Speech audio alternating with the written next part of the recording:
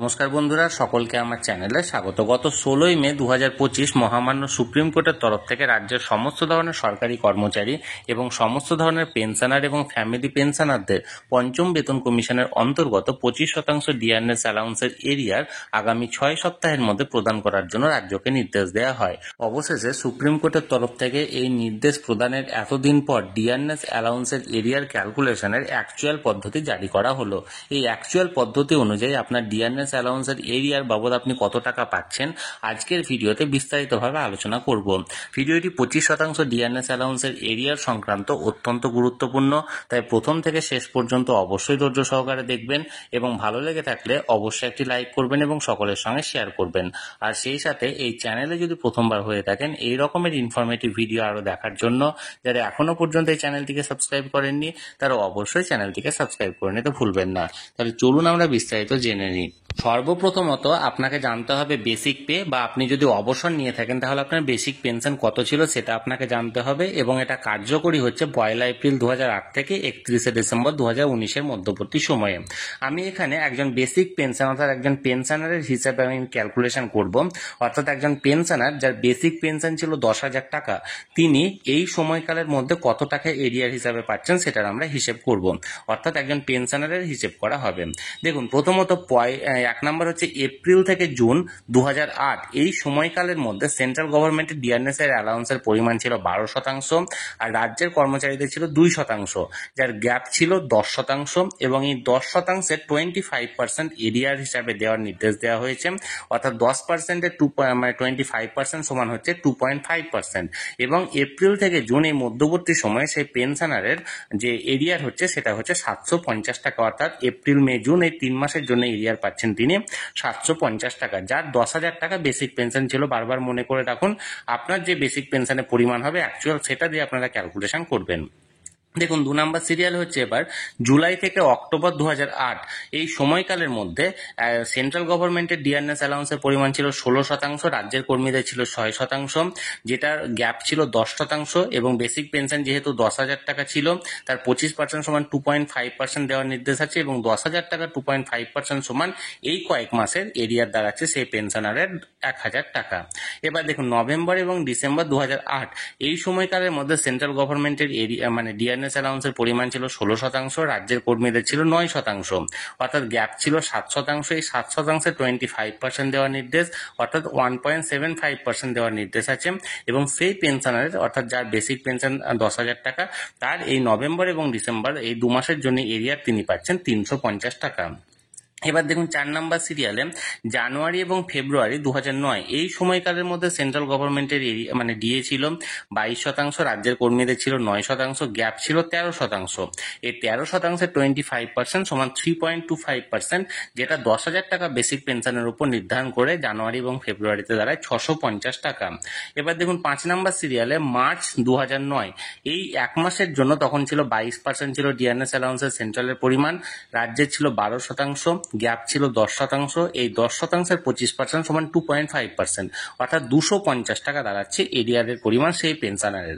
এবার 6 নম্বর সিরিয়ালে দেখুন, এপ্রিল থেকে জুন 2009 এই এপ্রিল মে জুন এই 3 মাসের জন্য সেন্ট্রালের ছিল 22% ডিএর পরিমাণ, রাজ্যের কর্মীদের ছিল 16%, গ্যাপ ছিল 6%, এবং এই 6%-এর 25% দেওয়ার নির্দেশ আছে, অর্থাৎ 1.5% দেওয়ার নির্দেশ আছে। অর্থাৎ 10,000 টাকা বেসিকের উপর বেসিক পেনশনের উপর নির্ধারণ করে এই এপ্রিল মে জুনের এরিয়ার দাঁড়াচ্ছে 450 টাকা। এবার দেখুন, 7 নম্বর সিরিয়ালে জুলাই থেকে নভেম্বর 2009 এই সময়কালের মধ্যে সেন্ট্রাল গভর্নমেন্টে ছিল 27%, রাজ্যের কর্মীদের ছিল 16%, বকেয়া ছিল 11%। এই 11%-এর 25% সমান 2.75%, অর্থাৎ এই কয়েক মাসের জন্য সেই পেনশনারের বেসিক এরিয়ারের যে পরিমাণ সেটা দাঁড়াচ্ছে 1,375 টাকা।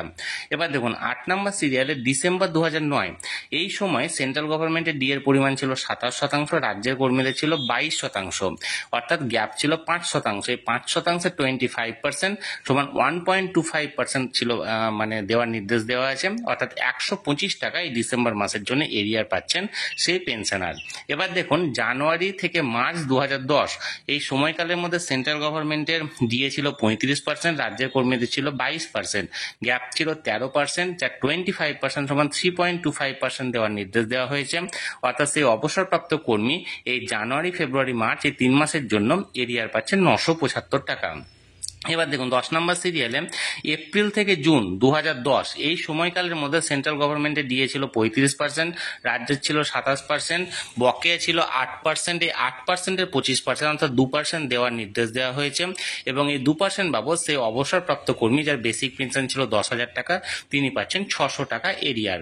11 নম্বর সিরিয়াল দেখুন জুলাই থেকে নভেম্বর 2010 সেন্ট্রাল গভর্নমেন্টে ছিল 45%, রাজ্যের কর্মীদের ছিল 27%, বকেয়া ছিল 18%। এই 18%-এর 25% সমান 4.5% হারে 2,250 টাকা এরিয়ারের পরিমাণ দাঁড়াচ্ছে সেই পেনশনারের। এবার 12 নম্বর সিরিয়ালে দেখুন ডিসেম্বর 2010 সেন্ট্রাল গভর্নমেন্টে ছিল 45%, রাজ্যের কর্মীদের ছিল 35%, গ্যাপ ছিল 10%। এই 10%-এর 25% সমান 2.5% দেওয়ার নির্দেশ আছে, অর্থাৎ 250 টাকা এরিয়ার বাবদ পাচ্ছেন সেই অবসরপ্রাপ্ত কর্মী।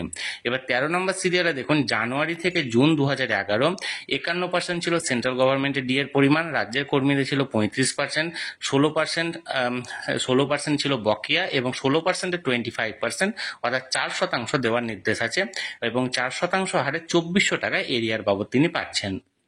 এবার দেখুন 14 নম্বর সিরিয়াল জুলাই থেকে ডিসেম্বর 2011 এই সময়কালে সেন্ট্রাল গভর্নমেন্ট ছিল 58%, রাজ্যের কর্মীদের ছিল 35%, গ্যাপ ছিল 23%। 23%-এর 25% অর্থাৎ 5.75% দেওয়ার নির্দেশ আছে, অর্থাৎ এই সময়কালের মধ্যে সেই অবসরপ্রাপ্ত কর্মীর 3,450 টাকা বকেয়া হচ্ছে। 15 নম্বর সিরিয়াল দেখুন জানুয়ারি থেকে জুন 2012 এই সময়কালের মধ্যে সেন্ট্রালে ছিল 65%, রাজ্যের কর্মীদের ছিল 45%, গ্যাপ ছিল 20%।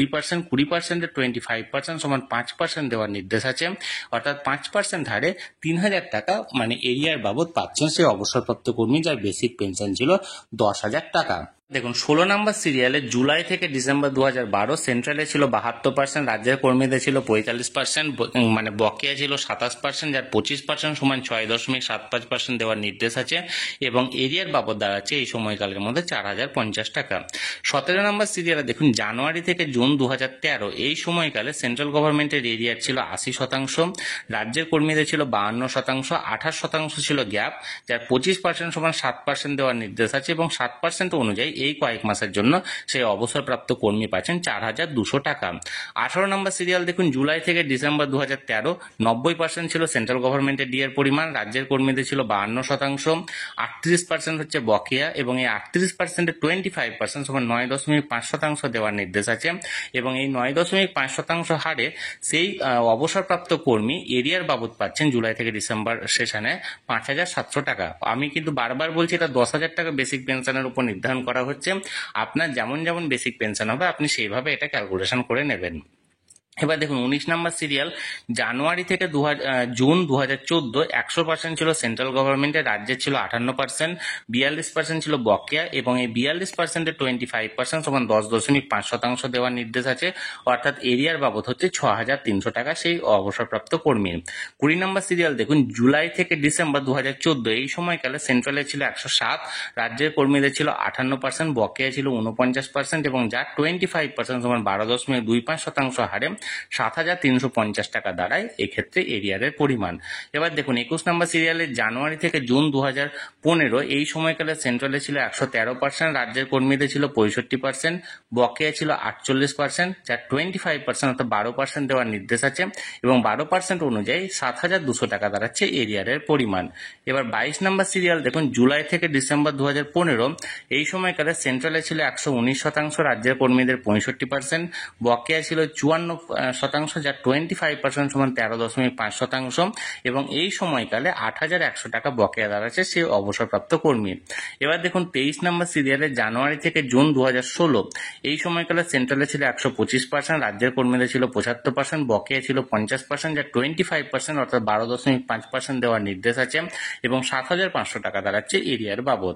24 নম্বর সিরিয়াল দেখুন জুলাই থেকে ডিসেম্বর 2016 132 ছিল সেন্ট্রালের, 75 ছিল রাজ্যের, 57% ছিল বকেয়া, 25% অনুযায়ী দেওয়ার নির্দেশ আছে, অর্থাৎ 14.25% আপনাকে দেওয়ার নির্দেশ দেওয়া হয়েছে। 8,550 টাকা এরিয়ার বাবদ দাঁড়াচ্ছে। এবার দেখুন 25 নম্বর সিরিয়াল জানুয়ারি থেকে জুন 2017 সেন্ট্রালের 136%, রাজ্যের কর্মীদের 85%, বকেয়া 51%, যা 25% সমান 12.75% হারে 7,650 টাকা দাঁড়াচ্ছে এরিয়ার বাবদ। এবার দেখুন 26 নম্বর সিরিয়ালে জুলাই থেকে ডিসেম্বর 2017 সেন্ট্রালে ছিল 139%, রাজ্যের কর্মীদের 85%, বকেয়া ছিল 54%, যা 25% সমান 13.5% এরিয়ার বাবদ পাওয়া যাচ্ছে 8,100 টাকা। 27 নম্বর সিরিয়ালে জানুয়ারি থেকে জুন 2018 142 ছিল সেন্ট্রালের পরিমাণ, রাজ্যে ছিল 100%, বকেয়া ছিল 42%, যা 25% সমান 10.5%, 6,300 টাকা দাঁড়াচ্ছে বকেয়ার পরিমাণ।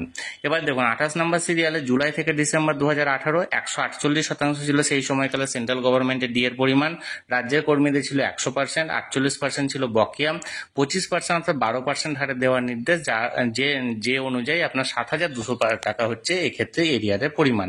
29 নম্বর সিরিয়াল দেখুন জানুয়ারি থেকে জুন 2019 154% ছিল সেন্ট্রাল গভর্নমেন্টের ডিএ, রাজ্যে ছিল 125%, বকেয়া ছিল 29%, 25% অনুযায়ী 7.25% দেওয়ার নির্দেশ আছে, অর্থাৎ 4,350 টাকা সেই অবসরপ্রাপ্ত কর্মীর এখানে এরিয়ার পাওয়া যাচ্ছে। এবার দেখুন 30 নম্বর সিরিয়াল জুলাই থেকে ডিসেম্বর 2019 164% হচ্ছে সেন্ট্রালের, 125% ছিল রাজ্যের, 39% বকেয়া, 25% 9.75% হারে 5,850 টাকা পাওনা হচ্ছে সেই অবসরপ্রাপ্ত কর্মচারী। অর্থাৎ সেই অবসরপ্রাপ্ত কর্মচারী যার বেসিক পেনশন ছিল 10,000 টাকা, এই বেসিক পেনশন 10,000 টাকা অনুযায়ী তিনি 1/4/2008 থেকে 31/12/2019 পর্যন্ত এই সময়কালের মধ্যে 25% ডিআরএস অ্যালাউন্সের এরিয়ার বাবদ তার মোট পাওনা হচ্ছে 1,16,275 টাকা। এটা আমি একটা ডেমো এখানে হিসেব করে দেখিয়েছি, আপনাদের যার যেমন বেসিক পেনশন ছিল সেই অনুযায়ী 10,000 টাকার জায়গায় সেই বিষয়টি আপনার অর্থাৎ সেই অ্যামাউন্টটি আপনারা লিখে এখানে নিজের ক্যালকুলেশন করবেন। আর এই মতো আপনার যে সমস্ত সরকারি কর্মচারীরা আছেন তাদেরও এখানে ক্যালকুলেশনটা হবে, কিন্তু সরকারি কর্মচারীদের ক্ষেত্রে প্রতি বছর 3% হারে ইনক্রিমেন্ট বাড়ে, এবং 3% বাড়া ইনক্রিমেন্ট নিয়ে প্রতি বছর তাদের বেসিক পেনশন বেসিক পে সেটা চেঞ্জ হবে। তাহলে বন্ধুরা এক্ষেত্রে যে অ্যাকচুয়াল মেথড বা অ্যাকচুয়াল যে পদ্ধতি, সেই পদ্ধতি অনুযায়ী আপনার পঞ্চম বেতন কমিশনের আন্ডারে 25% এরিয়ার বাবদ কত পাচ্ছেন তাই নিয়ে আমি বিস্তারিতভাবে আলোচনা করার চেষ্টা করলাম। আপনাদের যদি কোনো কিছু প্রশ্ন থাকে বা আপনারা যদি বুঝতে না পারেন, কোনো কিছু জানার থাকে, অবশ্যই কমেন্ট করুন, আমি চেষ্টা করব আপনাদের সকলের প্রশ্নের যথাযথ উত্তর দিতে। আর ভিডিওটি ভালো লেগে থাকলে অবশ্যই একটি লাইক করুন এবং সকলের সঙ্গে শেয়ার করুন। আর সেই সাথে এই চ্যানেলে যদি প্রথমবার হয়ে থাকেন এই রকমের ইনফরমেটিভ ভিডিও আরো দেখার জন্য যারা এখনো পর্যন্ত এই চ্যানেলটিকে সাবস্ক্রাইব করেননি তারা অবশ্যই চ্যানেলটিকে সাবস্ক্রাইব করে রাখুন। ধন্যবাদ, দেখা হচ্ছে পরের ভিডিওতে।